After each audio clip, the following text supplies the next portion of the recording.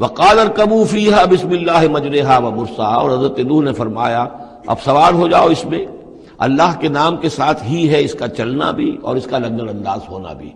اللہ ہی اس کو چلائے گا بھی جب تک یہ پانی میں تیرتی رہے گی، اور اللہ ہی کے حکم سے یہ لنگر انداز ہوگی جہاں بھی اللہ کی مشیت ہوگی کہ یہ لنگر انداز ہو جائے۔ ان ربی لغفور الرحیم، یقین میرا رب غفور الرحیم ہے۔ وہی تجری بہم فی موج کالجبال، اب وہ کشتی چل رہی تھی ان کو لے کر موجوں میں، اور موجیں پہاڑ پہاڑ جیسی موجیں۔ ونادى نوح ابنہ، اور نوح نے پکارا اپنے بیٹے کو، اسی کو یام کو یا کنعان کو، وکان فی معزل، اور وہ ایک کنارے کی طرف تھا،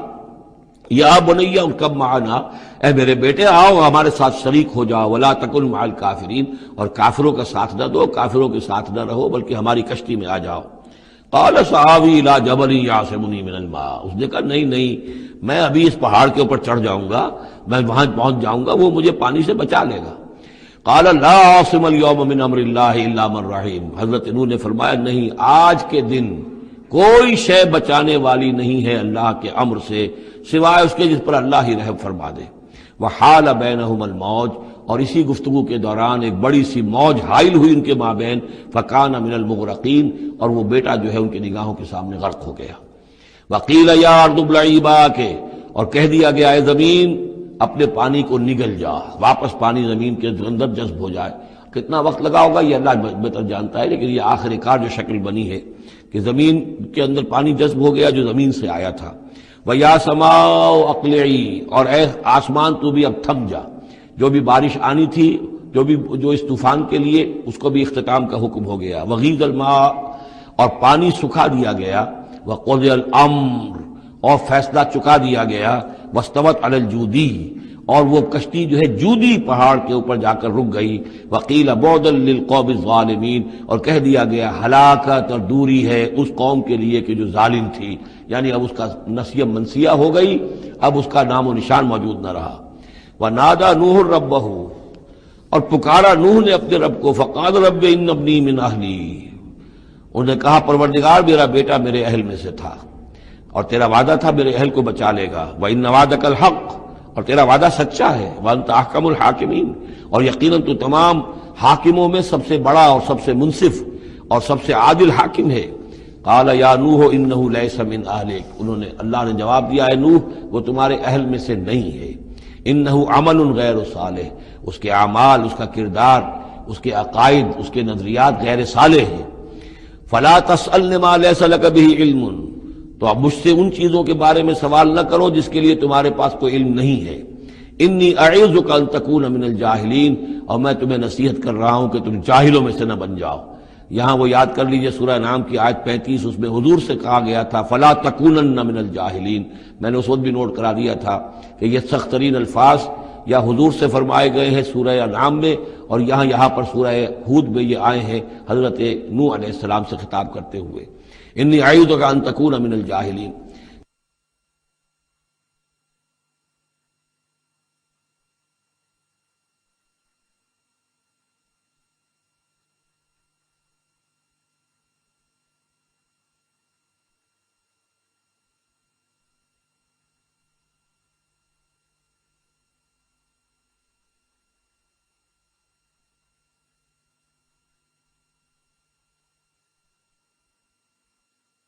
سنت اس کو تسلیم نہیں کرتے، اس کی وجہ یہ ہے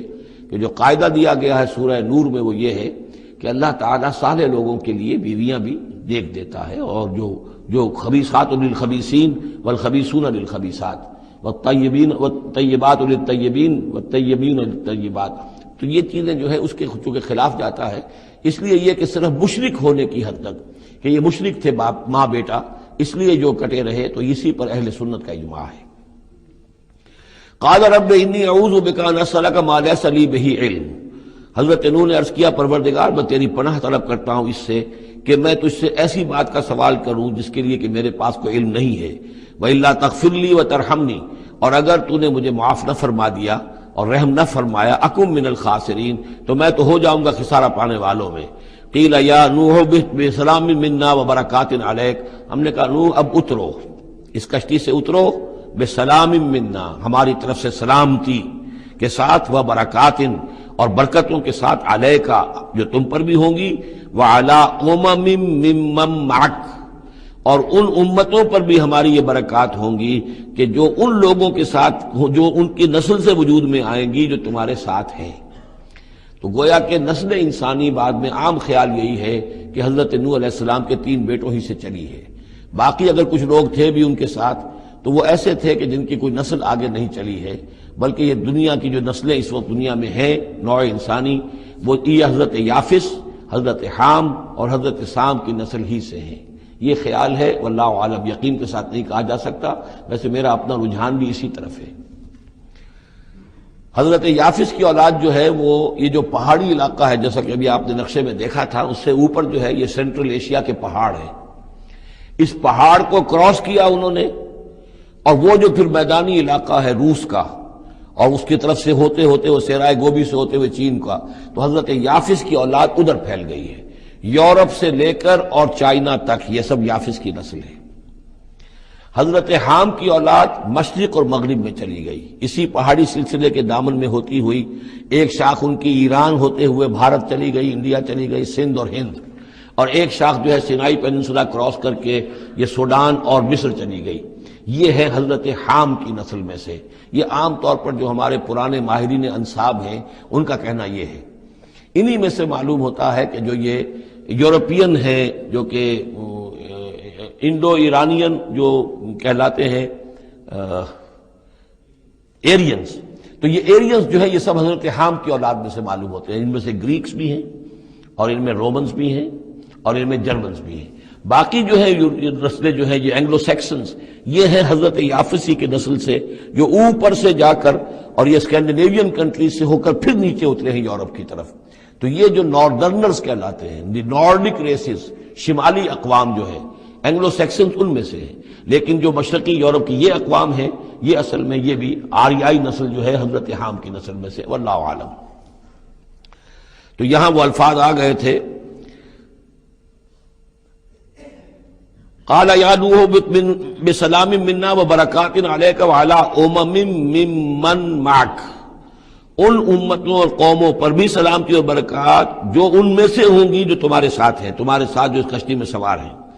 وَأُمَمٌ سَنُمَتِّعُهُمْ، اور کچھ اور قومیں بھی ہوں گی، فرقے ہوں گے جنہیں ہم کچھ سامان دیں گے دنیا کا، ثُمَّ يَمَسُّهُم مِّنَّا عَذَابٌ عَلِيمٌ، اور پھر ان کے اوپر ہماری طرف سے ایک بڑا زبردست عذاب آئے گا، جیسے کہ پھر قوم ہود پر اور قوم صالح پر آیا ہے۔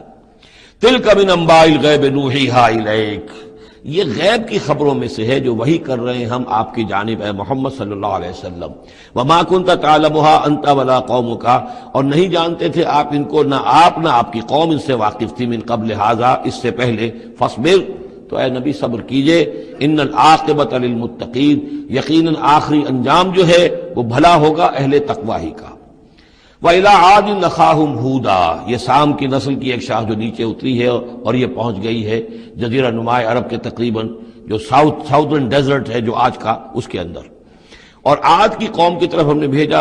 اخاہم ہودا، ان کے بھائی ہود کو، قال یا قوم اعبدوا اللہ ما لکم من الہ غیرہ ان انتم الا مفترون، انہوں نے کہا میری قوم کے لوگوں تمہارا کوئی الہ اللہ کے سوا نہیں ہے، اور یہ باقی تم نے نام گھڑ لیے ہیں، کوئی اور معبود نہیں ہے، کسی کی حقیقت نہیں ہے۔ یا قوم لا اسألکم علیہ اجرا، اور میری قوم کے لوگوں میں تم سے کوئی اجر کا طالب نہیں ہوں، ان اجری الا علی الذی فطرنی، نہیں ہے میرا اجر مگر اسی کے ذمے جس نے مجھے پیدا فرمایا، افلا تعقلون، تو کیا تم عقل سے کام نہیں لیتے۔ وَيَا قَوْمِ اسْتَغْفِرُوا رَبَّكُمْ، اور میری قوم کے لوگوں اللہ سے استغفار کرو، اپنے گناہوں کی معافی چاہو، توبہ کرو، اس شرک کو اور بت پرستی کو چھوڑو، ثُمَّ تُوبُوا إِلَيْهِ، پھر اس کی جناب میں رجوع کرو، يُرْسِلِ السَّمَاءَ عَلَيْكُمْ مِدْرَارًا، وہ آسمان سے تم پر چھاجوں پانی برسائے گا، وَيَزِدْكُمْ قُوَّةً إِلَىٰ قُوَّتِكُمْ، اور تمہاری جو قوت اس نے عطا کی ہوئی ہے اس میں اور قوت کا اضافہ فرمائے گا، وَلَا تَتَوَلَّوْا مُجْرِمِينَ، لیکن یہ کہ روگردانی نہ کرو مجرموں کی طرح اور مجرم بن کر۔ قالوا یا ہود ما جئتنا ببینہ، انہوں نے کہا کہ اے ہود دیکھو تم کوئی ہمارے پاس سند لے کر نہیں آئے، کوئی معجزہ لے کر نہیں آئے، وما نحن بتارکی آلہتنا عن قولک، اور ہم نہیں ہیں اپنے معبودوں کو چھوڑنے والے صرف تمہارے کہنے سے، وما نحن لک بمؤمنین، اور ہم نہیں ہیں تمہاری بات ماننے والے، ان نقول الا اعتراک بعض آلہتنا بسوء، ہم تو یہی کہتے ہیں اس کے سوا اور کچھ نہیں ہمارا خیال کہ ہمارے بعض معبودوں کی جو تم نے کوئی گستاخی کی ہے، ان کی نفی کی ہے، تو ان کی طرف سے تمہیں کوئی تکلیف پہنچ گئی ہے، یعنی تمہارا دماغی توازن ٹھیک نہیں رہا ہے، کوئی آسیب تمہیں ہو گیا ہے، تم پر پھٹکار پڑی ہے ہمارے بعض معبودوں کی۔ قال انی اشہد اللہ واشہدوا، حضرت ہود نے فرمایا دیکھو میں اللہ کو گواہ کر کے کہہ رہا ہوں اور تم بھی گواہ رہو،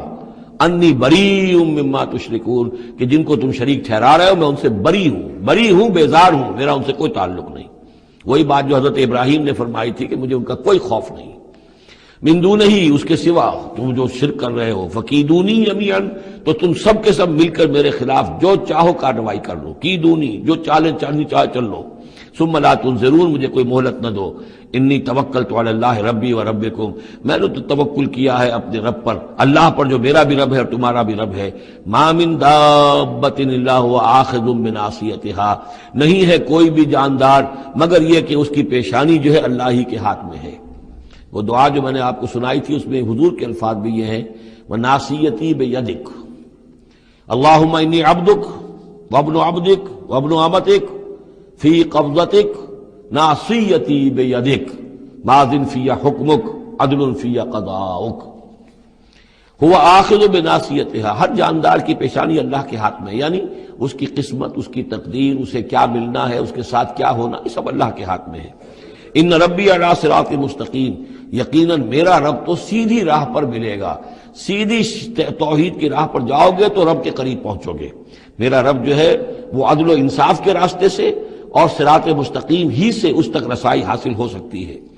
فَإِن تَوَلَّوْا فَقَدْ أَبْلَغْتُكُم مَّا أُرْسِلْتُ بِهِ إِلَيْكُمْ، پھر اگر تم پیٹھ موڑ لو، منہ پھیرو، انکار کرو، تو میں نے پہنچا دیا ہے تمہیں وہ پیغام جو مجھے دے کر بھیجا گیا تھا، مَا أُرْسِلْتُ بِهِ إِلَيْكُمْ۔ وَيَسْتَخْلِفُ رَبِّي قَوْمًا غَيْرَكُمْ، پھر میرا رب جو ہے تمہیں تباہ کرے گا، ختم کرے گا اور تمہاری جگہ کسی اور قوم کو لے آئے گا۔ وَلَا تَضُرُّونَهُ شَيْئًا، اور تم اس کا کچھ بگاڑ نہیں سکو گے۔ إِنَّ رَبِّي عَلَىٰ كُلِّ شَيْءٍ حَفِيظٌ، یقیناً میرا رب جو ہے ہر چیز کا نگہبان ہے۔ وَلَمَّا جَاءَ أَمْرُنَا، جب ہمارا حکم آ گیا، عذاب کا فیصلہ، نجینا ہودا والذین آمنوا معہ، ہم نے نجات دے دی، بچا لیا ہود کو اور ان کو جو اس کے ساتھ ایمان لائے تھے، برحمت منا، اپنی رحمت سے، ونجیناہم من عذاب غلیظ، اور ہم نے انہیں بچا لیا ایک بہت ہی گاڑھے اور بھاری عذاب سے۔ وتلک عاد جحدوا بآیات ربہم، یہ تھے عاد، یہ تھی قوم، بڑی زبردست قوم، انہوں نے انکار کیا اپنے رب کی آیات کا، وعصوا رسلہ، اور انہوں نے نافرمانی کی اپنے رسولوں کی۔ یہ رسولوں سے مراد کیا ہے؟ اصل میں انبیاء تو آتے رہتے ہیں، آخر میں پھر رسول آتا ہے، چھوٹے چھوٹے، جس طریقے سے کہ اللہ تعالیٰ کی طرف سے سمجھانے کے لیے ان کے معلمین کی حیثیت سے، تو وہاں پہ ان کو بھی رسول کہہ دیا گیا۔ جیسا کہ میں نے کہا تھا قرآن مجید میں یہ الفاظ ایک دوسرے کی جگہ آ جاتے ہیں۔ وَاتَّبَعُوا أَمْرَ كُلِّ جَبَّارٍ عَنِيدٍ، انہوں نے رسولوں کی تو نافرمانی کی اور پیروی کی ان کے حکم کی جو سرکش تھے اور مخالف تھے۔ وَأُتْبِعُوا فِي هَٰذِهِ الدُّنْيَا لَعْنَةً، اور ان کے پیچھے لگا دی گئی اس دنیا میں بھی لعنت، وَيَوْمَ الْقِيَامَةِ، اور قیامت کے دن کے لیے بھی۔ أَلَا إِنَّ عَادًا كَفَرُوا رَبَّهُمْ، آگاہ ہو جاؤ قوم عاد نے اپنے رب کا کفر کیا تھا۔ أَلَا بُعْدًا لِعَادٍ قوم ہود، سن لو پھٹکار ہے عاد پر جو قوم ہود تھی، جس کی طرف حضرت ہود علیہ السلام کو بھیجا گیا۔ وَإِلَىٰ ثَمُودَ أَخَاهُمْ صَالِحًا، اب ان میں سے جو لوگ بچے تھے وہ پھر آگے وسطی علاقے کی طرف گئے ہیں اور وہاں ہجر کے علاقے میں جا کے آباد ہوئے، وہاں سمود نام کی ایک بڑی قوم ابھری، اور ان کے اندر بھی جب پھر وہی خرابیاں آ گئیں، وہی شیطان نے ان کو پٹی پڑھائی، وہی بت پرستی شروع ہو گئی، وہی ان کے معبود ہو گئے، تراش لیے انہوں نے۔ تو الی ثمود اخاہم صالحا، سمود کی طرف ہم نے بھیجا ان کے بھائی صالح کو۔ قال یا قوم اعبدوا اللہ ما لکم من الہ غیرہ، انہوں نے فرمایا کہ اے میری قوم کے لوگو، اللہ کی بندگی کرو، تمہارا کوئی معبود اس کے سوا نہیں ہے۔ هو انشاکم من الارض، اس نے تمہیں زمین سے اٹھایا ہے، ابھارا ہے، بنایا ہے زمین سے، واستعمرکم فیہا، اور اس میں تم کو آباد کیا ہے، فاستغفروہ، تو اس سے استغفار کرو، اس سے اپنے گناہ بخشواؤ، ثم توبوا الیہ، اور پھر اس کی جانب میں رجوع کرو۔ ان ربی قریب مجیب، یقین میرا رب قریب ہے اور دعا کا قبول کرنے والا ہے۔ قالوا یا صالح قد کنت فینا مرجوا، انہوں نے کہا ہے صالح تم سے تو ہماری بڑی امیدیں وابستہ تھی، ظاہر بات ہے کہ ایک شخص جو ہے جس کو اللہ چنتا تھا اپنے اخلاق میں، سمجھ میں، فہم میں، فطانت میں وہ ممتاز ہوتے تھے، تو ہم سمجھتے تھے تم آباء و اجداد کا نام روشن کرو گے، یہ تم نے کیا کیا؟ تم نے تو کہنا شروع کر دیا کہ آباء و اجداد کے جو طریقے ہیں یہ غلط ہیں، ان کا دین غلط ہے، ان کے عقیدے غلط ہیں، ان کے معبود جن کو ہمارے آباء و اجداد پوجتے آئے ان کی کوئی حقیقت نہیں۔ ہم توقع کرتے تھے کہ تم قوم کا نام روشن کرو گے، تم آباء و اجداد کے لیے عزت کا، ان کے لیے مزید جو ہے دنیا کے اندر ان کے ناموری کا سبب ذریعہ بنو گے۔ قالوا یا صالح قد كنت فينا مرجوا، تم سے تو ہمیں بہت سی امیدیں تھی قبل ھذا، اس سے پہلے، اتنہانا نعبد ما يعبد آباؤنا،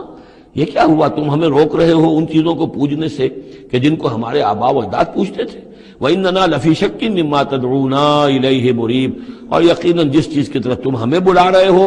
اس کے بارے میں ہمیں شکوک و شبہات ہیں، ہمارا دل اس پر ٹھکتا نہیں ہے۔ قَالَ يَا قَوْمِ أَرَأَيْتُمْ إِن كُنتُ عَلَىٰ بَيِّنَةٍ مِّن رَّبِّي، وہی بات انہوں نے کہی، اے میری قوم کے لوگوں سوچو، اگر میں پہلے سے بھی اپنے رب کی طرف سے بینہ پر تھا، میری فطرت سلیم تھی، تم دیکھتے تھے کہ میں تمہارے درمیان ایک اچھا آدمی تھا، صاف ستھرا کردار رکھنے والا انسان تھا، میری فطرت صالح تھی، وآتانی منہ رحمۃ، اور اللہ نے پھر مجھے اپنے پاس سے رحمت عطا کر دی، اب وہی آ گئی، نبوت عطا کر دی گئی، فمن ینصرنی من اللہ ان عصیتہ، تو اب اگر میں اللہ کی نافرمانی کروں تو مجھے کون بچائے گا اللہ سے، کون اس کی پکڑ سے مجھے بچا سکے گا؟ فما تزیدوننی غیر تقصیر، تو تم تو اضافہ نہیں کرو گے میرے لیے مگر خسارے کے اندر۔ تم چاہتے ہو کہ میں اپنی اس چیز کو چھوڑ کر اور آباء و اجداد کا نام لوں اور ان کے معبودوں کو پوجنا شروع کر دوں، تو تم تو میری تباہی کے در پہ ہو۔ وَيَا قَوْمِ هَٰذِهِ نَاقَةُ اللَّهِ لَكُمْ آیَةٌ، اور دیکھو میری قوم کے لوگوں، یہ اللہ کی اونٹنی ہے، تمہارے لیے ایک نشانی ہے، فَذَرُوهَا تَأْكُلْ فِي أَرْضِ اللَّهِ، اسے چھوڑے رکھو، یہ چرتی رہے اللہ کی زمین میں، جہاں چاہے جہاں سے چاہے کھائے، وَلَا تَمَسُّوهَا بِسُوءٍ، اور دیکھنا کسی برے ارادے سے اس کو ہاتھ نہ لگانا، فَيَأْخُذَكُمْ عَذَابٌ قَرِيبٌ، تو پھر تمہیں آ پکڑے گا وہ عذاب کہ جو اب دور نہیں ہے، قریب ہی ہے۔ فَعَقَرُوهَا، تو انہوں نے اس کی کونچیں کاٹ ڈالی، اس کو ہلاک کر دیا۔ فَقَالَ تَمَتَّعُوا فِي دَارِكُمْ ثَلَاثَةَ أَيَّامٍ، حضرت صالح نے فرمایا کہ اچھا ٹھیک ہے، اب تم اپنے گھروں کے اندر جو بھی کھانا پینا ہے، رچنا بسنا ہے، تین دن تک رہ لو اور بس لو۔ ذَلِكَ وَعْدٌ غَيْرُ مَكْذُوبٍ، یہ وہ وعدہ ہے کہ جو جھوٹا ثابت نہیں ہوگا۔ فَلَمَّا جَاءَ أَمْرُنَا، تو جب ہمارا وہ فیصلہ آ گیا، ہماری بات آ گئی، ہمارا حکم پہنچ گیا، نجینا صالحا والذین آمنوا معہ، ہم نے نجات دی صالح کو بھی اور ان لوگوں کو جو ان کے ساتھ ایمان لائے تھے، برحمت منا، اپنی خاص رحمت سے، ومن خزی یومئذ، اور اس دن کی رسوائی سے اللہ ہم نے انہیں بچا لیا۔ ان ربک هو القوی العزیز، یقیناً آپ کا پروردگار زور والا ہے، زبردست ہے۔ وَأَخَذَ الَّذِينَ ظَلَمُوا الصَّيْحَةُ، اور ان ظالموں کو، مشرکوں کو، کافروں کو پکڑ لیا ایک ہولناک آواز نے، ایک چنگھاڑ آئی، فَأَصْبَحُوا فِي دِيَارِهِمْ جَاثِمِينَ، تو وہ اپنے گھروں کے اندر اوندھے پڑے رہ گئے، كَأَن لَّمْ يَغْنَوْا فِيهَا، ایسے ہو گئے جیسے کبھی یہاں آباد تھے ہی نہیں، کبھی یہاں کوئی رہتا تھا ہی نہیں۔ أَلَا إِنَّ ثَمُودَ كَفَرُوا رَبَّهُمْ، آگاہ ہو جاؤ، سمود نے اپنے رب کا کفر کیا۔ أَلَا بُعْدًا لِّثَمُود، آگاہ ہو جاؤ، پھٹکار ہے سمود پر۔ وَلَقَدْ جَاءَتْ رُسُلُنَا إِبْرَاهِيمَ بِالْبُشْرَىٰ، اب یہاں حضرت ابراہیم کا ذکر آ رہا ہے۔ میں نے کہا تھا کہ 3 رسول پری ابراہمک، نوح، ہود، صالح، 3 رسول کو ہم کہہ سکتے ہیں پوسٹ ابراہمک، اگرچہ ان میں سے ایک جو ہیں وہ ہم عصر ہیں۔ حضرت لوط حضرت ابراہیم علیہ السلام ہی کے بھتیجے ہیں، انہی پر ایمان لائے تھے، ان کے ساتھ ہی انہوں نے ہجرت کی تھی۔ پھر ان کے بعد شعیب، وہ بھی حضرت نوح حضرت ابراہیم کی نسل سے ہیں۔ پھر جو بھی بنی اسرائیل تھے ان میں موسیٰ بھیجے گئے، وہ بھی حضرت ابراہیم کی نسل سے ہیں۔ آخری رسول محمد صلی اللہ علیہ وسلم وہ بھی ابراہیم کی نسل سے ہیں۔ لیکن یہ کہ ان میں سے 3 کا ذکر کرنے کے بعد اب ابراہیم کا ذکر ہو رہا ہے یہاں سورہ انعام میں۔ وہاں جو پہلا جوڑا تھا حضرت ابراہیم کا ذکر جو ہے وہ اس انباء الرسل میں سے بالکل نکال کر لے گئے تھے، اور وہ قصص النبیین کے انداز میں سورہ انعام میں آ گیا تھا۔ یہاں اس جوڑے میں فرق یہ ہے کہ حضرت ابراہیم کا ذکر بھی یہاں شامل کر دیا گیا، لیکن فرق وہی ہے، یہ وہ انباء الرسل کا نہیں، حضرت نوح، حضرت ہود، حضرت صالح، حضرت لوط، حضرت شعیب کے انداز میں ذکر نہیں ہے، بلکہ ایک انداز ہے کہ حضرت لوط علیہ السلام جن شہروں کی طرف بھیجے گئے تھے اور اس کی وہاں پہ بسنے والوں نے ان کی بات ماننے سے انکار کیا، تو جو عذاب الہی لے کر جو فرشتے آئے تھے جنہیں بھیجا گیا تھا، وہ پہلے آئے حضرت ابراہیم کے ہاں، اور وہاں حضرت اسحاق کی ولادت کی انہوں نے خوشخبری دی حضرت سارہ کو. بس یہ ایک واقعہ بیان کیا درمیان میں، ورنہ اصل مسئلہ جو ہے وہ حضرت لوط کا شروع ہوگا. انباء الرسل کے اعتبار سے جو معاملہ ہے وہ حضرت لوط کا واقعہ ہے. وَلَقَدْ جَاءَتْ رُسُلُنَا إِبْرَاهِيمَ بِالْبُشْرَىٰ، اور ہمارے فرشتادے، ہمارے ایلچی فرشتے ہمارے بھیجے ہوئے آئے ابراہیم کے پاس بشارت دینے کے لیے. قالوا سلاما، انہوں نے آ کر کہا سلام. قال سلام، حضرت ابراہیم نے بھی سلام کا جواب سلام سے دیا. فما لبث ان جاء بعجل حنیذ، تو پھر ذرا بھی دیر نہ کی، فوراً گئے اور ایک تلا ہوا بچڑا ان کی ضیافت کے لیے لا کر سامنے رکھ دیا. فلما رأى أيديهم لا تصل إليه، تو جب انہوں نے دیکھا کہ ان کا تو ہاتھ آگے بڑھ ہی نہیں رہا اس بچڑے کا گوشت کھانے کے لیے، آمادہ ہی نہیں ہے، نکرہم، تو اب وہ کچھ کھٹکے دل میں کہ یہ ہے کون. اس زمانے میں رواج یہ ہوتا تھا کہ دشمن جب آتے تھے کسی کو قتل کرنے کے لیے تو اس کا نمک نہیں چکھتے تھے، نمک خار ہو جائیں گے تو پھر کیسے قتل کریں گے. تو ایک تو اندیشہ یہ ہوا کہ یہ کسی برے ارادے سے آئے ہیں جو میری یہ ضیافت قبول نہیں کر رہے. نکرہم واوجس منہم خیفہ، اور ان کے دل میں، حضرت ابراہیم کے دل میں ان کی طرف سے ایک خوف پیدا ہو گیا. قالوا لا تخف، انہوں نے کہا نہیں آپ ڈریے نہیں. انا ارسلنا الی قوم لوط، اصل میں تو اللہ کے ہم فرشتے ہیں، بھیجے گئے ہیں قوم لوط کی طرف. اب وہ آخری فیصلہ اس کا جو ہے وہ ہمیں چکانا ہے. وامرأتہ قائمۃ فضحکت، ادھر کہیں حضرت سارہ بھی پیچھے کہیں کھڑی ہوئی ہوں گی پردے کے پیچھے، وہ اس پر ہنس پڑی. مطلب یہ کہ حضرت ابراہیم کی جو حالت انہوں نے دیکھی کہ میرا شوہر خوفزدہ ہو گیا تھا تو اس کے اوپر کچھ ان کا معاملہ ہوا. فضحکت، وہ ہنسی. فبشرناہا باسحاق، تو ہم نے انہیں بشارت دی اسحاق کی، یعنی فرشتوں نے ان کو بشارت دی اسحاق کی. حضرت اسماعیل کی ولادت ہو چکی ہے لیکن حضرت اسماعیل کو تو حضرت ابراہیم جا کر چھوڑ آئے ہیں اور وہ تو مکے میں آباد ہیں. حضرت سارہ کی اولاد ہوئی نہیں تھی. اصل جو خاندانی بیوی تھی ان کی وہ تو حضرت سارہ تھی. حضرت ہاجرہ جو ہیں وہ تو بادشاہ مصر نے ان کی خدمت میں ان کو پیش کیا تھا، اسی لیے ان کو لونڈی بھی کہہ دیتے ہیں. یہ حالانکہ وہ شہزادی تھی، وہ بادشاہ کے شاہی خاندان کی خاتون تھی حاجرہ سلام علیہا، لیکن یہ کہ یہ یہودی کہتے ہیں کہ وہ تو لونڈی تھی، کنیز تھی. تو چونکہ اولاد نہیں ہوئی تھی حضرت سارہ کے ہاں، تو حضرت سارہ ہی نے کہہ کر پھر حضرت ابراہیم سے کہا تھا کہ آپ تعلق قائم کریں حاجرہ سے، شاید اللہ تعالیٰ آپ کو حاجرہ سے اولاد دے دے. لیکن جب وہ اولاد ہو گئی حضرت اسماعیل تو پھر وہ جو عورت کی ایک فطرت ہے اور مزاج ہے تو ان کے لیے کھلنے لگی یہ بات کہ مجھے اللہ نے اولاد نہیں دی. اب ظاہر بات ہے کہ حضرت ابراہیم کی توجہ زیادہ ہو گئی ہوگی حضرت حاجرہ کی طرف، اپنے بیٹے کی طرف، تو پھر وہ ذریعہ بن گیا کہ انہوں نے کہا کہ انہیں چھوڑ کر آؤ. اور اللہ کے حکم سے حضرت ابراہیم نے حضرت حاجرہ کو اور حضرت اسماعیل کو وہاں بیت اللہ کے پاس، یا بیت اللہ جہاں بعد میں تعمیر ہونا تھا اس کی صرف بنیادیں اس وقت تھیں لیکن کوئی نشان اور نہیں تھا، وہاں چھوڑ دیا. اب یہاں جو ہے اولاد ہو رہی ہے، ان کی بشارت دی جا رہی ہے. تو حضرت اسحاق چھوٹے ہیں حضرت اسماعیل سے. فضحکت فبشرناہا باسحاق ومن وراء اسحاق یعقوب، اور یہ بھی کہا کہ پھر اسحاق کے بعد اسحاق کے ہاں ایک بیٹا ہوگا یعقوب، وہ بہت ہی ہمارے ہاں اس کا درجہ بہت بلند ہوگا. یعنی بیٹے کی بشارت پھر پوتے کی بشارت. قالت یا ویلتا آلد وانا عجوز وہذا بالی شیخا،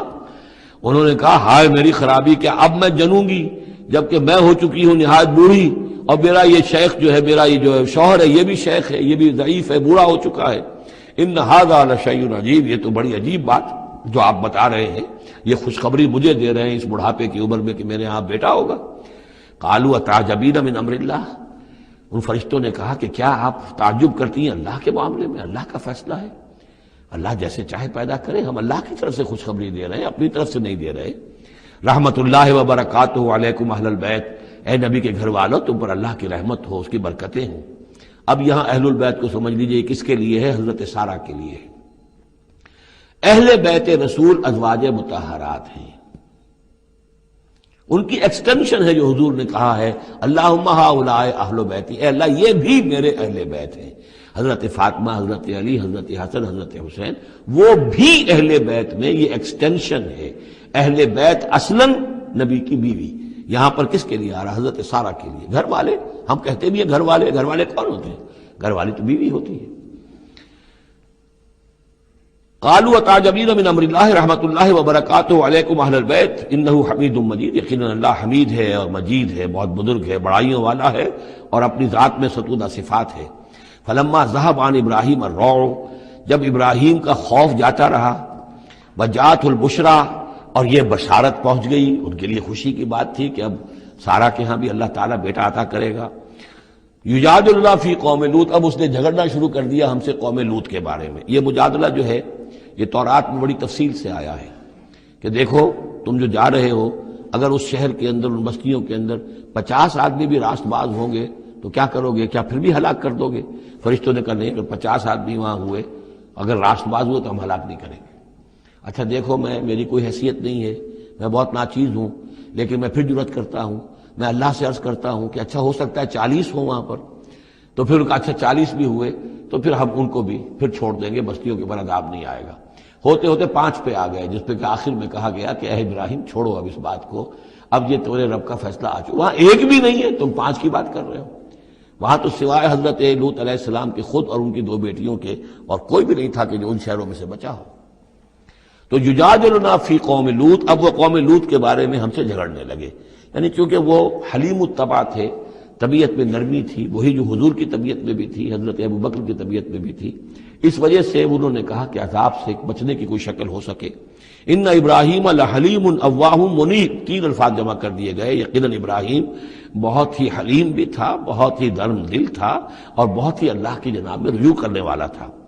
یا ابراہیم عارض عن ھذا، تو اب کہا گیا ان سے کہ ابراہیم اب چھوڑیے، اب اس بات سے آپ ذرا قطع تعلق کیجئے۔ انہ قد جاء امر ربک، یہ تو اب آپ کے رب کا فیصلہ آ چکا ہے۔ وانہم آتیہم عذاب غیر مردود، اب ان پر وہ عذاب آ کر ہی رہے گا جسے لوٹایا نہیں جا سکے گا۔ ولما جاءت رسلنا لوطا سیء بہم ضاق بہم ذرعا، تو جب آئے ہمارے یہ فرشتادے بھیجے ہوئے، ہمارے یہ پیغامبر، یہ فرشتے لوط کے پاس، سیء بہم، کہ وہاں پر یہ بھیجے گئے تھے بہت خوبصورت لڑکوں کی شکل میں،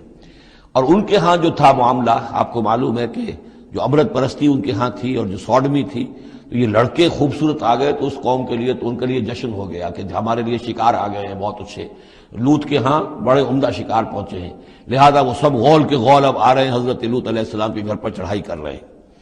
تو جب ہمارے یہ فرشتادہ، ہمارے یہ جو نوجوان لڑکوں کی شکل میں جن کو بھیجا گیا تھا فرشتوں کو، جب پہنچے حضرت لوط کے پاس، سیء بہم، وہ ان کو دیکھ کر بہت غمگین ہوا کہ یہ بڑا میرے لیے، وضاق بہم ذرعا، ان کا دل بڑا تنگ ہوا، وقال ھذا یوم عصیب، اور انہوں نے کہا یہ تو میرے لیے بڑا سختی کا دن آ گیا ہے،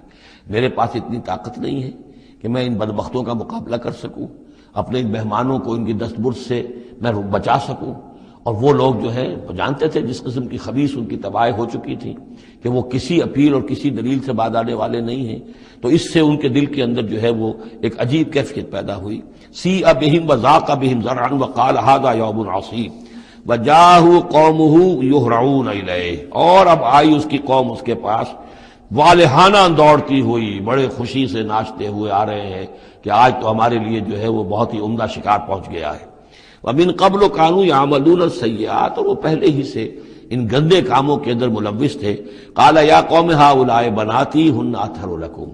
حضرت لوط نے فرمایا کہ دیکھو میری قوم کے لوگوں، میری بیٹیاں موجود ہیں، وہ تمہارے لیے بہت پاکیزہ ہیں۔